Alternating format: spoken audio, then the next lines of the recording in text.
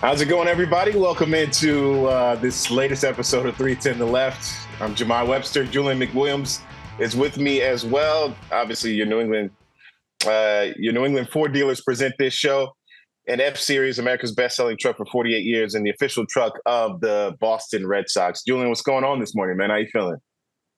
I'm good, man. Can't complain. Just in the yeah. Just in the infant stage, so hanging in there. You're Yeah, still you're wow, still man. there too. Yeah, exactly. But Well, not kind of, sort of. yeah, not at the stage that you're in right now. So God bless you, man. You're doing a fantastic job continuing to work, and it's great to have you here to do this show. But a lot to discuss as it relates to the Red Sox and just the chatter around the team right now. And we'll start with this one thing from Red Sox chief baseball officer Craig Breslow, who had an appearance on WEI on the Greg Hill show earlier this week, and then we'll react to it. But take a listen to what Craig had to say. Yeah, there's no doubt we're not where we want to be. We're not where we expected to be. So that's certainly frustrating. But frustration isn't going to help us win games. We've got to figure out how to play better. And I think that's in all facets of the game.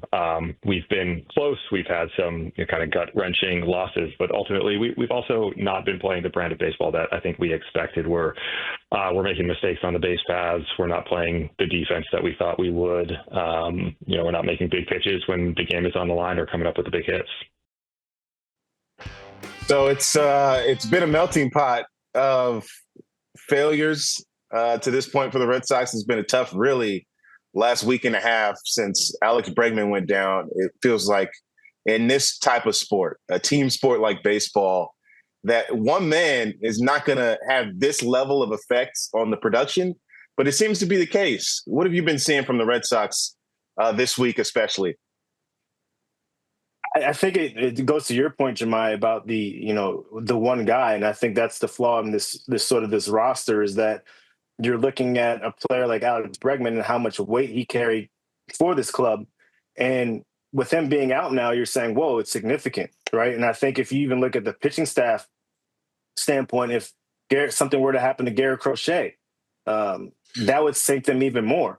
I think it's a lack of depth overall particularly with their pitching, and obviously the defense has played a part in this. But I think the pitching part of it hasn't been good. Bale has taken a step back. We all know what happened with Tanner Houck. Walker Buehler has been fine. The only guy that's come out to play every 5 days seems to be Garrett Crochet. And then I think me and you talked about it yesterday, Jemai. You said that something along the lines of Devers is just back to being a guy that's just getting walked now. He can't have the impact that he has at the plate because, well, he doesn't have Bregman behind him to protect him. Doesn't have Tristan Casas there. Obviously, Casas wasn't playing well when he went on the IL, but you did expect him to sort of, become the player that he was in recent years. So you're looking at a team that I think that's flawed and from the youth standpoint. And we talk about the youth movement and thinking that Marcelo Meyer and Christian Campbell to come up here and help you immediately. It doesn't necessarily work like that. We saw that with Jaron Duran. We saw that with Jackson Holiday. We saw that with Jason Dominguez. The list goes on and on and on. So you're looking at a team, I think, that's treading water right now, and I think they're struggling to survive. And it's getting late pretty early around here. Yeah, it is, and we'll get to that too because it is just end of May. It's still May, but it's the end of May, and it feels like things are getting pretty volatile right now. And we think about where the Red Sox are right now, tied for the longest losing streak in baseball at 5 games, 9.5 games behind the Yankees, who are 35-20. They were also idle yesterday, 4th in the AL East. And prior to Wednesday, they scored 5 runs or fewer in their last 4 games. That's certainly not getting it done. You mentioned Garrett Crochet, seemingly a man on an island, holding the pitching staff together by himself. Rafi Devers still a top 5 hitter in baseball. What Alex Bregman brought, he was having a career year. You look at those numbers, what those guys have done on paper, you're like, yeah, Red Sox probably where you thought they probably would be at this point in the season, up at the top of the AL East, possibly leading it, considering, Mm-hmm. but it's almost like a smokescreen because it's so many other facets that have not seemed to work out for the Red Sox. And you think about what they've done. in the month of May as it relates to starting pitching. 5 innings or fewer 13 times, that's not going to get it done. And of those 13 instances, Brian Bale has accounted for 5 of those starts. So the Red Sox not getting it done with starting pitching. The offense has been anemic, and they've lost one of the biggest bats they've had in the lineup, who was having a historical year, and the free agent in Alex Bregman. So not doing it with runners in scoring position as well seems to be one of those things that have hampered this group as well. And then the defense has not been good. It just feels like right now, nothing is going right for the Red Sox. And to be in that position after what they just endured with the injury, it just feels like, you're going into a bottomless pit. And it's like, how do we climb out of this? Because it's a free fall, and they had such high expectations, and it's just been emotionally, it sucked the life out of the place. I mean, to be in Milwaukee the last 3 games, 2 walk-off losses, and then obviously losing that 1-0 game and seeing Aroldis Chapman blow his first save of the year, it just felt like, I don't know, it's hard to describe really, because this feels like such a gut punch to be in there, and you walk into the clubhouse and literally everybody is sitting around in front of their lockers and nobody's talking and just looking like they're shell-shocked. It's almost like what you would experience from a team in late September and early October, maybe, after some devastating losses, when you feel like maybe you've been a team that's vying for a wild card spot or in a position to win the division, and you start to go through some of these tragedies that you experience over a season, but it's happening to the Red Sox here in May, and it just feels like it's getting heavier and heavier and heavier. Meanwhile, you got the calls for Roman Anthony to come and be the savior. That's another topic we'll get to a little bit later in the show, but I'm not sure if that's a solution, because you got 3 rookies right now in your lineup who are, going up and down and having a typical season that a rookie would have. None of these guys were big league, with several years of big league experience, a lot of them getting their first taste of big league action. And you got Cedar Rafaela, who came into the season with just 1 year of big league service time, essentially. So there's so much youth, there's so much inexperience. And I don't think that is something that you should continue to add towards, not this particular time, unless you're just like, let's just see what we have, if this is like a last ditch effort and something that you want to do. But the runners in scoring position thing, to me, Julian, is glaring. And team is hitting $135 in the last 52 at bats with runners in scoring position. It's been bad. It's been bad. And as we discussed, Rafi Devers is no longer really protected in the lineup. And we saw that in one of those games in Milwaukee where they took the bat out of his hand. They just gave him an intentional walk. And then it was like, all right, we'll face Connor Wong, take our chances with him, who's still looking for his first RBI this season. So I don't know where they get it done, but yeah, I mean, he was injured, but still, it's hard to think that to this point in as many games as he's played, he hasn't driven in a run. I'm sure that's the first time in his life too that this has happened, because I'm trying to even remember back to my playing days. It's like, okay, well, I did get 57 at bats in my high school season. I drove in some runs, right? I mean, but it's just like not even a sac fly. It's remarkable. It's remarkable. It really is. Yeah, I'm looking at this team and I'm just saying, okay, and guess what? Like, nobody's coming really to save them, right? We talked about the Roman Anthony. I know still we can get to it later in the broadcast, but nobody's coming to save this team, right? You got what you got. Like, you have the guys that are out there have to perform, right? Trevor Story, like, what's happened there? Like, you get to a point where you don't even want to you feel bad for the guy, right? You're seeing him in a situation where he's sack bunting. I think that's the first time he said in 10 years that he's put down a sack bunt. Yeah. That tells you where he is, right? Like, that tells you where he is. You look at a situation like Christian Campbell. My gosh, I feel bad for the kid. Look, they're talking about the hitting part of it, but it's not easy when you're having to learn first base at the big league level. Mm-hmm. Then they're putting you at second base in the actual game. And then sometimes they're putting you in center field in the actual game. And it's like, okay, go out there and hit a 95 per hour fastball and hit fourth, right? That's I feel like that's sort of unfair to the kid.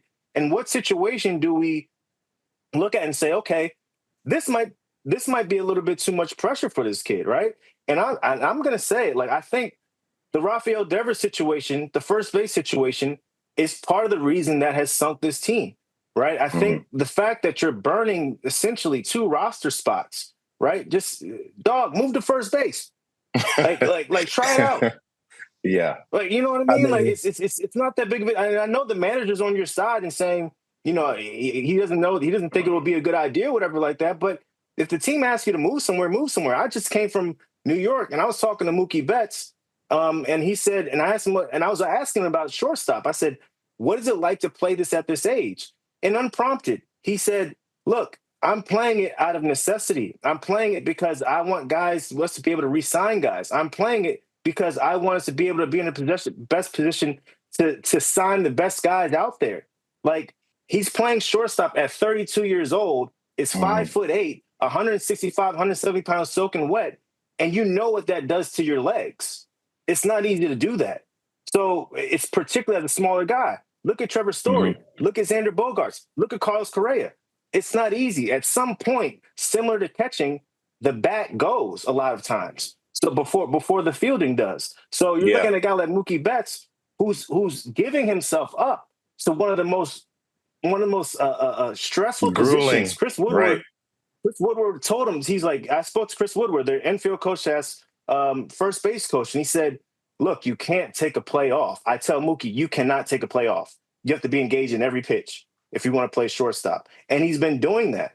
So I'm looking at the Red Sox, and I'm like, hey, man, like, what's up? Jazz Chisholm, they asked him to move to third base, right? And last night, and during his rehab assignment, he's like, I'm not here to fight over positions. I'm here to win championships. And that's a guy who you would assume, based on what you heard, has a huge ego, right? But he clearly, in this case, he doesn't. So I think it's just been handled all wrong from top to bottom. And I think the fact that you have a guy that's sort of refusing to play seemingly 2 positions is just not a good chance for this line. You have Masataka Yoshida. I've never heard of a guy, Masataka Yoshida, who had a full spring training, went through everything in spring training, and has been on the IL and had a great spring training, by the way. Like, you're burning that spot. And those are spots that they could use. They could use as they need guys to put the ball in play. He might ground out the second, but he'll put the ball in play. He doesn't strike out like that. So anything can happen. I'm looking at this and I'm saying, look, I think there needs to be somewhat of a mindset change.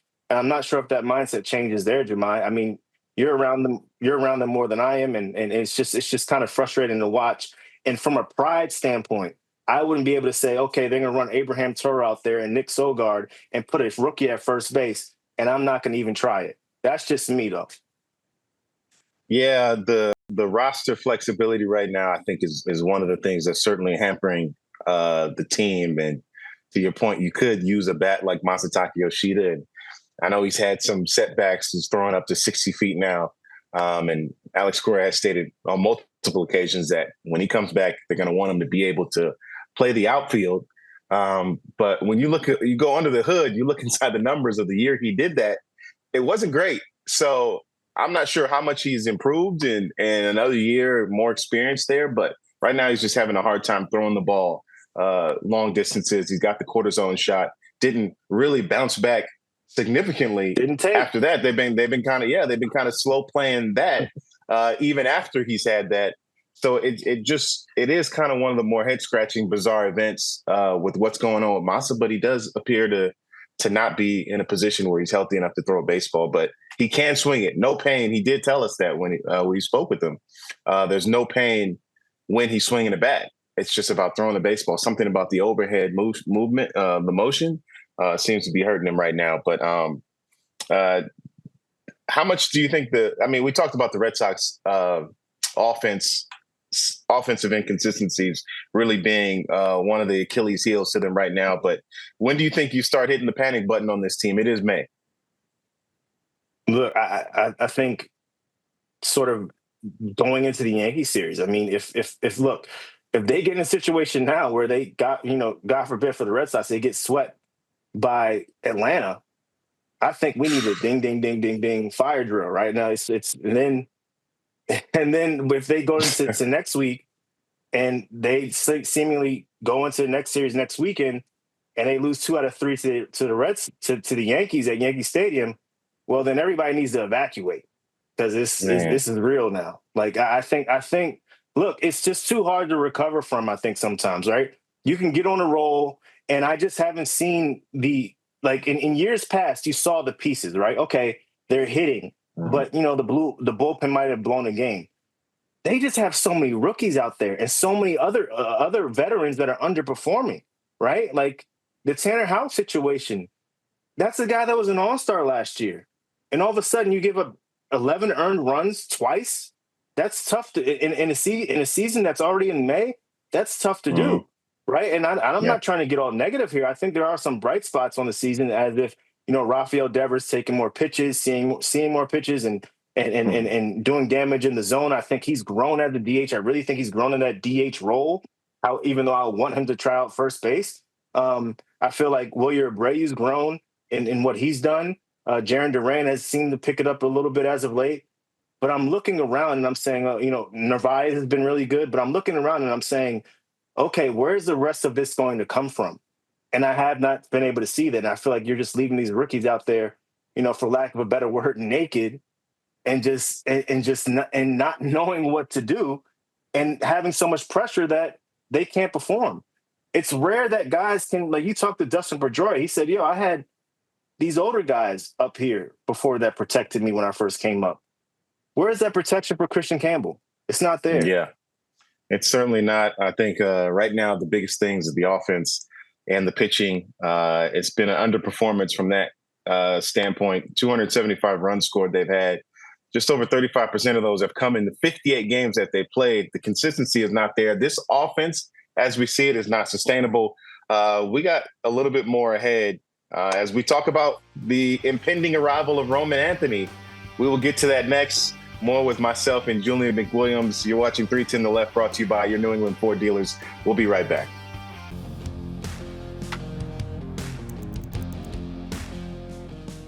Jamal Webster back here with you on 310 The Left, brought to you by your New England Ford dealers, alongside CBS Sports national baseball writer Julian McWilliams.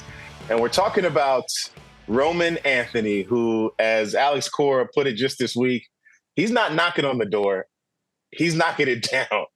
So, and even I'll go even a step further, Julian, and steal a phrase from your former colleague, Alex Spear, also known as Stats Masterson, also one half of the equation as a regular on this particular platform. Roman Anthony is inevitable. So at some point, he will be here. The question is now, where is his current development at? Because that seems to be the company line, if you will, for what is stalling his impending arrival to the big league. So in your opinion, is he ready? Where is he at? I think he's ready. I mean, I don't think he's shown anything else that needs to be ready. The one thing I do question, Jemai, though, is, and perhaps this is nitpicking, who cares? I think the kid is ready. Is the play in the outfield? I saw Craig Breslow mention something to Alex Spear about they're trying to work with him a little bit more in the outfield.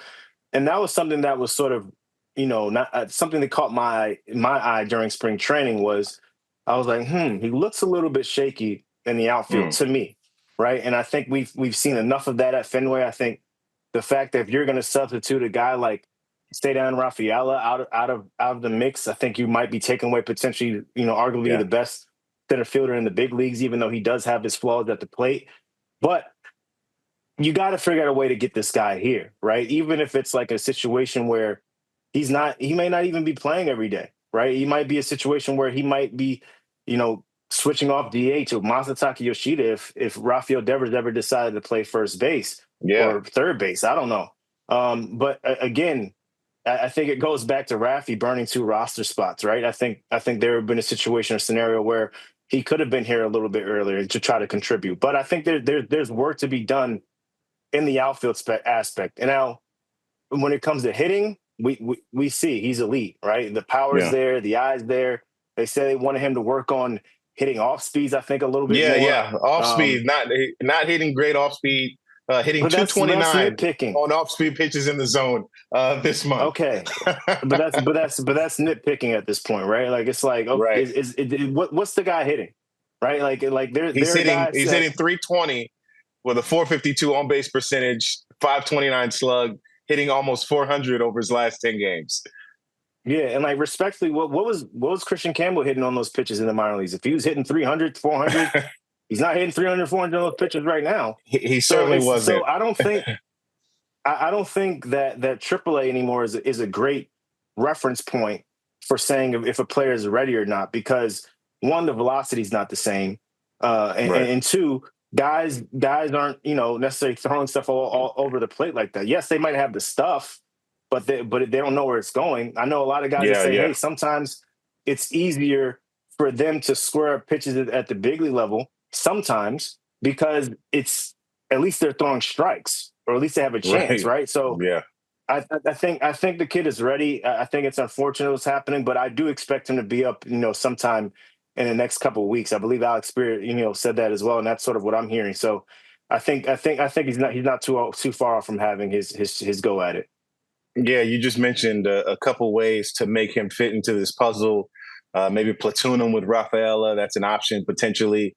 Maybe he plays against lefties or whatever the case may be, because I think Rafaela kind of has reverse splits too. I was looking at those numbers right now. He seems to be better against right-handed pitchers right now, but hitting almost 300 versus lefties. So it's a small sample size, and then I think the number is actually probably more level as it relates to the starting pitchers that he's facing that are lefties.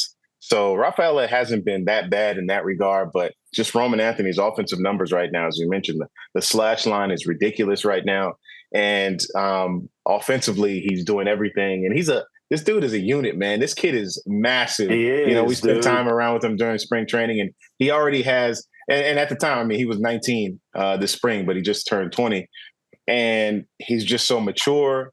The way he talks and speaks with you, he is big league ready from every standpoint, in my opinion.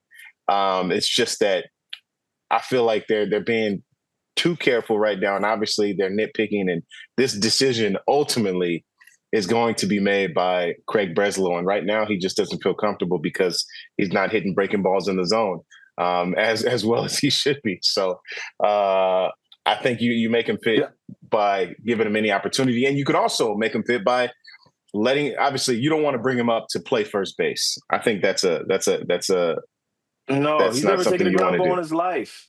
Let's stop with this, man. Like I think people get this stuff misconstrued. It's like, dude, not everybody can play first base. And I'm not saying that. I guess Rafael Devers, who could he be good at first base? It's like, well, it's a natural transition sometimes if the third baseman to go to first base, but Roman Anthony's never taken a ground ball. So I just it frustrates me when people say, "Oh, just try him at first base. I can play first base." It's like, no, you can't. Like I think the question was, should there be any noise surrounding Roman Anthony playing first base? And my answer is yes, there should be noise surrounding Roman Anthony playing first base. And that noise should be silenced because he should not be playing first base. When he comes up, he should be playing center field. And then you give Cedar Rafaela, who has been an elite infielder as well because of his defense. I don't know if I trust him in center field. It's a lot of ground to cover. It's a lot of ground to cover. Left field, and like you said, he's more. a unit. Like he's like the kid. I mean, I'll say this: like there are certain guys that you look at and you're like, "Whoa, this guy's a big leaguer." Right? Like, whoa, like you see him and it's like the presence, and he's grown, right? Yeah. I think like in terms of height, like I said to him in the spring, I'm like, dude, have you grown? Because he wasn't taller than me last year. This year he's skying over me. And so I'm looking at that, I'm like saying like, geez, like there are certain guys that just get it. And I think the trio of them, I think the three of them get it in terms of media, in terms of the right things to say, showing up, doing their work. I think that's a core that you can build around. It's obviously just going to take time. But look, if this season goes in the cellar over the next 2 weeks, which is draining, is circling the drain right now.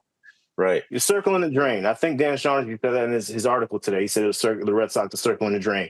So just let them loose. Let them play. Because if there's any season that they can learn from, and I know it's still early and the Red Sox still have expectations, but so far they haven't played up to those expectations. People had this team winning the division. People had this team with. I had them being the first wild card. Right. And I have them being, and I don't know if even that's in play anymore. But people had this team winning the division. And so if they're not going to win a division, Alex Cora said he believed this was the last struggle. He did say that. I don't know if he meant second to last. I think you know what I mean. Like, I think he might have meant extended struggle. Second to last, but right now it's a little bit of struggle. So no, you're looking at that situation. You're like, look, dude, figure out a way to get this kid here because he deserves to be here. Well, could the Red Sox consider trading one of their current outfielders to make room for Anthony down the line? I think the answer to that, to me, is yes. Because unfortunately, they're going to have to get rid of somebody who is beloved, who fans like, who has been an everyday guy to make room for this kid, because you're not going to be able to keep everybody. It's just the nature of the business and just what happens. And looking at it from a strictly business standpoint, taking the feelings out of it, as Craig Breslow has done with some decisions that he's had to make to this point, but you try to keep in the humanity, but just taking the feelings out of it and the emotions that you feel for the guys and the relationships that you've built. I think you have a lot of value right now in Jarren Duran, what he's done. Also coming up an All-Star last year. You also have a lot of value in the fact that William Abreu won the Gold Glove last year. Still a very young player. You got a lot of team control left. With Duran, he's making short money, comparatively speaking, to the players putting up the numbers that he's doing. So those are two prime candidates right there if you want to, create some space. In my mind, obviously, I like both of those guys, and I wish they would all stay. But I just don't think it's possible, unfortunately. And a move is probably going to have to be made at some point. Yeah. I think the guy for me, and I'm with you on the Jarren Duran thing. I think that would probably be a move at the deadline if they possibly should make. I mean, I love watching the guy play, but it's clear that they haven't won with him here, right? To this point. And I think if you're going to not win with a player like that, try to get as much value as you can for him. But another name for me is we go back to Cedon. I don't know if and I think that's a player that intrigues guys because again, he carries a tool defensively that nobody else carries, right? You look at Jarren Duran. Okay, people can run like him in the league. You look at Bobby Witt Jr. People can hit like him in the league. People can play defense like him in the league. But there's not that person in the league. There's a few people that can play center field the way Ceddanne Rafaela plays center field. I think that would be a good leverage play for the Red Sox because offensively, to be honest, I think he's capped out. I think this is just who he is. He's going to have hot streaks. Still early. Yep. You think so, huh? I think he's going to have hot streaks. I think he's going to have cold streaks. I think he's always going to chase. I think sometimes you're going to think he's not going to chase, and he's going to chase. I think sometimes you're going to chase, and you think he's not. I think it's just going to be this up and down thing because he's just such an inconsistent player from that front. But if you're looking at it from the perspective of, hey, let's try to get the most value, then I think a lot of it, hinges on Jarren Duran. I love Wilyer Abreu, man. I think he's the guy that just goes about his business the right way. Has a little bit more control, can play right field at Fenway, which is tough to do. So I think that the value of that is it means more to me than the value of like say a Duran or a Rafaela on this current roster. As it relates to Ceddanne, though, I mean, offensively, I think there's still more to be desired, and he's still learning the game and at the big league level in many aspects. And I think defense comes naturally. It's like God-given ability for him. He's just so elite out there. He makes it look easy, even the routine plays. And part of that sometimes gets him in trouble. I remember last year, it was just a can of corn pop up to center in Oakland when the Athletics were still playing there, and he just dropped it. He just dropped it. You know what I mean? It's because it's so easy to him. So he doesn't, at times he gets caught being lackadaisical. But he's learned from that. That obviously hasn't happened this year. But offensively, I remember I asked Alex Cora about him, and he was just like, yeah, we don't want to take the aggression away from the player. Obviously, he's an aggressive hitter and trying to attack balls, but he has been hitting balls inside the strike zone, which has been his pitch recognition has been better. So that has been an improvement. And we saw that in spring training. I mean, that was a different hitter. There's been a little bit of a revert back to, what he did his rookie season. But it starts with plate discipline and patience. And Cora had mentioned to me, he said that we want him to understand that when he gets deep into these counts, when it's 2-2 or 3-2 full count, that he's still in control of the at-bat. I think once he learns that, there's a little bit of panic that sets in. You feel like you got to do something. But I forget which Hall of Famer said it. It might have been Barry Bonds, who's not a Hall of Famer, but should be. A whole nother story for a different day. He said, the pressure is on the pitcher. You got to pitch to me. You got to get the ball in this particular area. You know what I mean? So, this is my spot. I'm going to hit it if it goes there or foul it off, just buy myself another pitch, whatever the case may be. But you have to execute. So I think when he gets that mindset, it's going to provide some growth for him as it relates to his offense. But he should be hitting, 280, 275. His on base percentage should be higher than it is, just given his athleticism, and the Red Sox talk about transforming right now, playing small ball, bunting, moving the runners. That's something that should be an element of his game.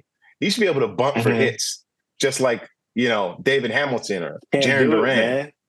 Yeah, it just feels like I don't know any of these guys that can bunt. I don't think Jaron can bunt. Like David Hamilton broke his hand button. Yeah, that's true.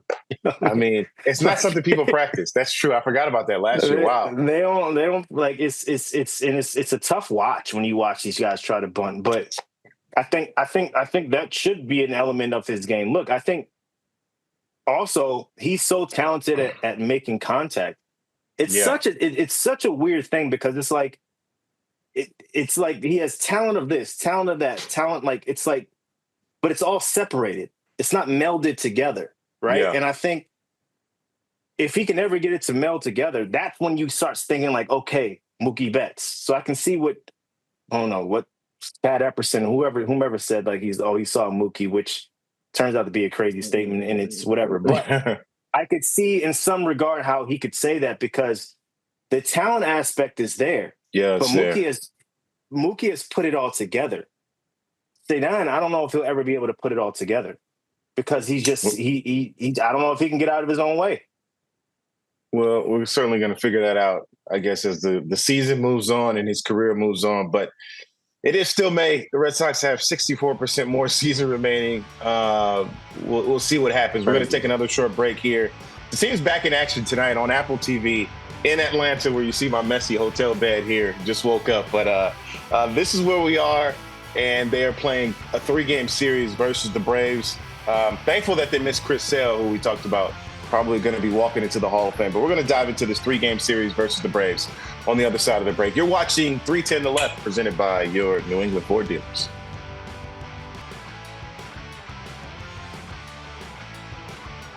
All right, back here on 310 to Left, it's the Jemiah and Julian show. And this episode presented by your New England Ford dealers. Red Sox open up a 3-game series tonight in Atlanta versus the Atlanta Braves. Faced them at Fenway, so it's been a home-and-home series, obviously, with their National League rival. And they took 2 out of 3 at Fenway, won that series. We were feeling like this was the ascension of this group, and they were going to take off here. Obviously, Chris Sale shut them down, happily, thankfully missing him. He threw 6 innings yesterday versus the Philadelphia Phillies, and they won that game. But how did the Red Sox repeat their earlier performance, man, and win this series here in Atlanta in your mind, Julian? Pitching, timely hitting. Yeah. I look like they didn't face Acuña last time, right? And Acuña's back. Right, he's back. I think he served their jumper cables. But they haven't been really playing well. They've been sort of inconsistent like the Red Sox. And I think the difference is between those two teams for me is that you see the talent there, right? You see the talent that's like the veteran talent from Austin Riley, Matt Olson, right? Chris Sale, obviously, Spencer Strider's coming back, Ronald Acuña, Ozzie Albies. So those guys are just underperforming. It kind of reminds you of the 2019 Red Sox when you're just like, Yeah. okay, like they're gonna figure this out. They're gonna turn this around, and then all of a sudden it just got too late. So if you're the Braves, you got to worry about that. I think, like right, like just getting that sort of like that complacency that you think that your team is suddenly just gonna be able to flip a switch and you're gonna turn it on. That sort of doesn't necessarily work that way all the time. But the thing I'm looking forward to most is saying like, hey, one, Christian Campbell at first base, which I think might be a lot of pressure from the dude's at the crib, man. Like, come on, like you can play if like this is my first time playing at home, and you're gonna have me playing a position I never played before. I have 70 family members here. Like he's playing at least one of these games. That's what Cora says. Man, so, but no, I'm definitely looking forward to seeing if the Red Sox can rebound, because I think this is like a desperation series for them, right? You do not want to go out and lose 2 or 3 in this, or and end up 7 games under 500 in May. You do not want that. Seeing the Yankees next week, who I think has the best pitching staff in baseball, who've gone on and won without Garrett Cole and Jazz Chisholm, that shows the true meaning of, I think, depth and roster construction. That's something that I think this team sort of lacks. But I'm looking at this series and I'm saying this is a huge series where the Red Sox, you can't get behind, man. And if it's a close game, you're going to have to win that close game. You're Garrett Crochet. Hey, my team can't score runs. You know what? I'm leaving here. I'm not going to give up a run. I'm leaving this game with 0-0. And if somebody else is going to give it up, let them give it up. But I'm not going to give up any runs. I think it has to be that type of mentality with this team, because it's desperation right time in Boston. Yeah, I mean, 6 for 15 in 1-run games, and not for nothing. They have the Yankees next weekend, but they host the Angels coming into town, who've been playing well as well. So that won't be a runaway. And just one correction there, I should say the Red Sox lost that series 2-1 to the Atlanta Braves. They didn't win that. So what they have to do. They lost the Saturday. It was all mumbo jumbo because all the rain delays. Garrett Crochet lost the pitcher's duel against Chris Sale. That was an incredible game. They could have, for all intents and purposes, been swept, but they came back They pitched to. I think they pitched to Devers, or am I getting the games mixed up? But anyways, they lost the series. It was a Saturday game. Devers hit the walk-off. Right. First career walk-off home run, right. Career walk-off, So they lost that series 2-1. I think in order to try and change their fortunes here, they're going to need everybody. They're just not going to need one person. They're going to need every single person to step up, rise to the occasion, because they haven't had that. They haven't had a consistent stretch of games where everyone has been a contributor, and you need that now, because at some point you're going to get it. You just hope it's not too late. So right now it's like I said earlier, I think I said it was 62% of the season left. It's more than a third of the season has gone by, but it's so much more baseball to be played. It is May, but it gets to a point where it's like, all right, guess what? On Saturday or Friday, it's June. So now it's time to really start picking it up. And not saying that they haven't been, but just like take that extra little bit of responsibility to get something done, because you don't want to get too far back. And I think it's even more important because at this particular time, you guys are the only show in town. So you need to win this series, and it would be something like everybody's paying attention to what the Red Sox are doing right now. And right now they're seeing a team that they've seen 4 out of the last 5 years who's missed the playoffs, or a team who's playing 500 baseball like last season's team, 81-81, where you have these highs, you have these lows, and that's just inconsistent. That's not the way to get it done. Yeah, it's funny, Jim. I was talking to downtown Ian Brown. I was like, geez, this city kind of feels dead, right? Like I think there's a different vibe when it's like the Celtics are in, the Bruins are in, right? And it sort of takes a distraction off of the Red Sox. I always said it was my favorite time of the year because I did my own thing on the beat. Like I didn't hear from my bosses. Like they were just like, hey, do your own thing. We got Celtics and Bruins. Right. This is the first year, if I were still at the Globe, that I would be like, hey, what are you writing today? What's going on? What do you got? What do you got? Because they're literally the only show in town. And I think about it, like I'm just like saying, and it's worse the fact that they're losing this way, because they weren't this bad this early this last year. Right. You saw glimpses of All-Star break. Jared Duran's having the season he's having. Yeah. Tanner Houck's having the season he's having. Cutter Crawford was having a great season up until that point. Two They were the forgotten best men, pitching by the staff. way. Yeah, that's crazy. They were the best pitching staff in all of baseball. We were calling, Andrew Andrew Bailey and Bailey, Craig Breslow, the guru. God gifted with green earth, the gurus. They They really created pitching.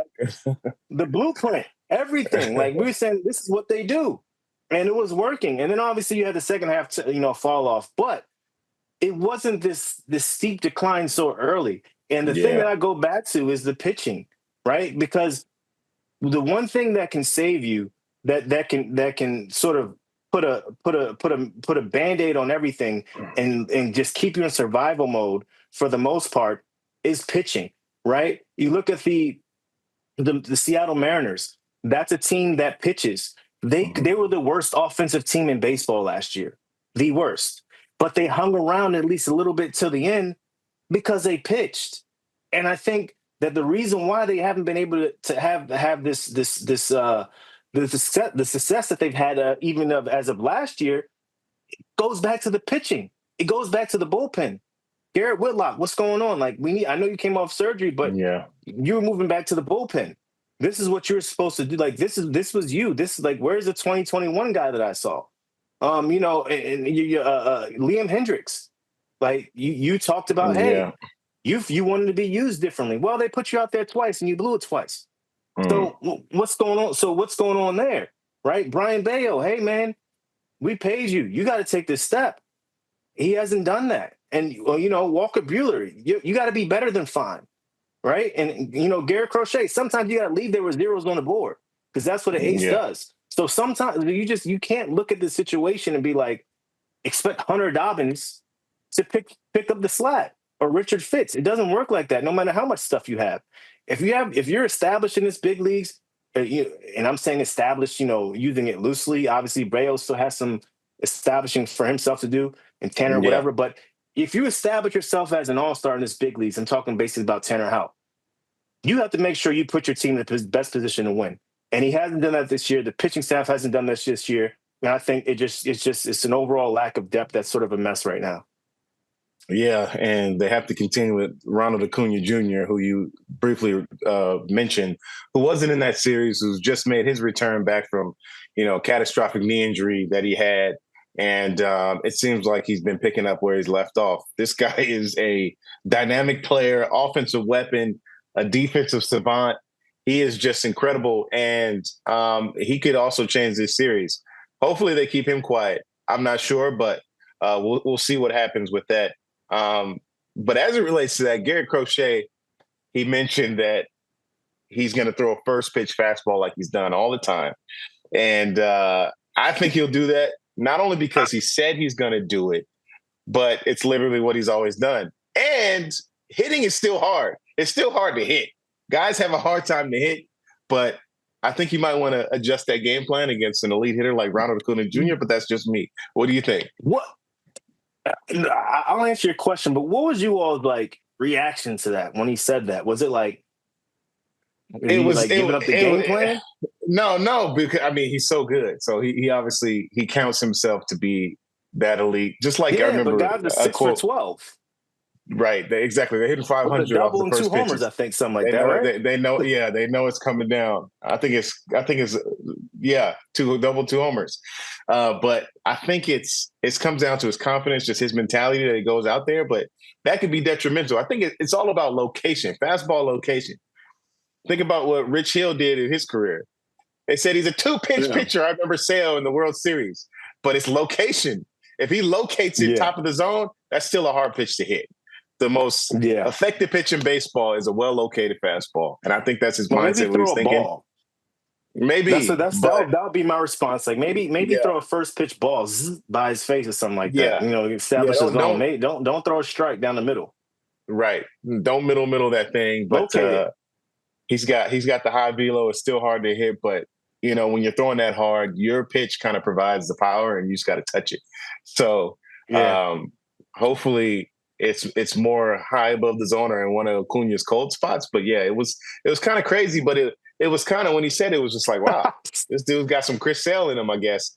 Because I remember Chris Sale was frustrated with himself after one start, and I still remember this like it was yesterday. But it was an all-time quote where he's like, dude, I should be able to wake up out of bed and throw strikes.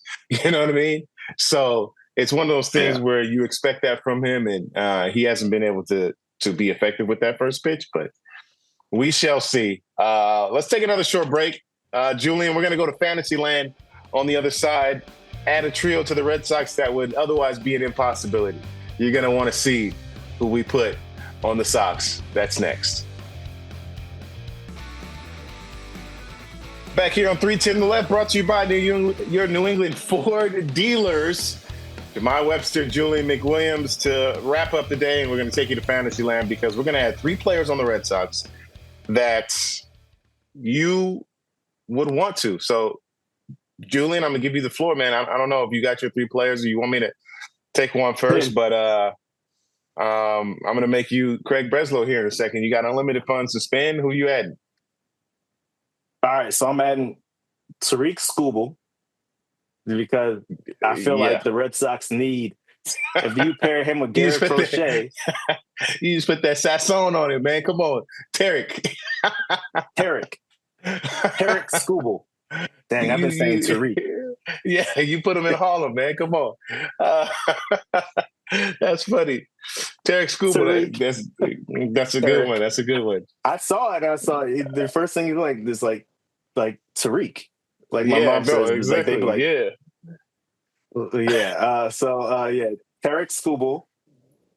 And the second person I put in is I know he's not having a good season, but he's been getting hit around. But Mason Miller, because I do believe if you paired him with Aroldis Chapman at the back end of the bullpen, you save some more games. And this one might hurt a little bit, Jemai. This one might hurt a little bit. You're bringing back somebody. I know. What's happening. I already feel I'm bringing back Marcus Betts, man. I'm bringing back Marcus Betts.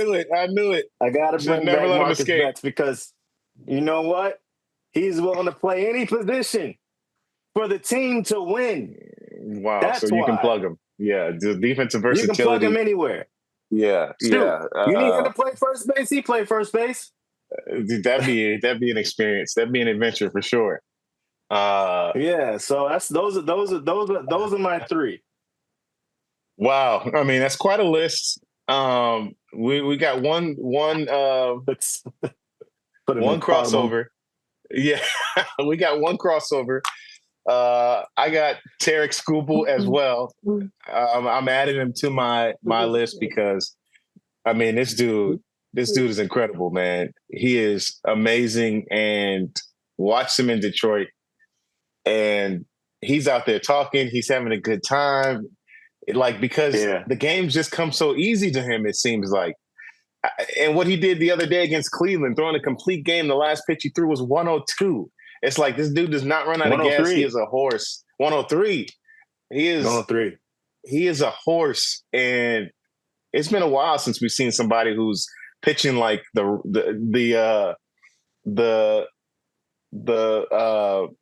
like Nolan Ryan, man.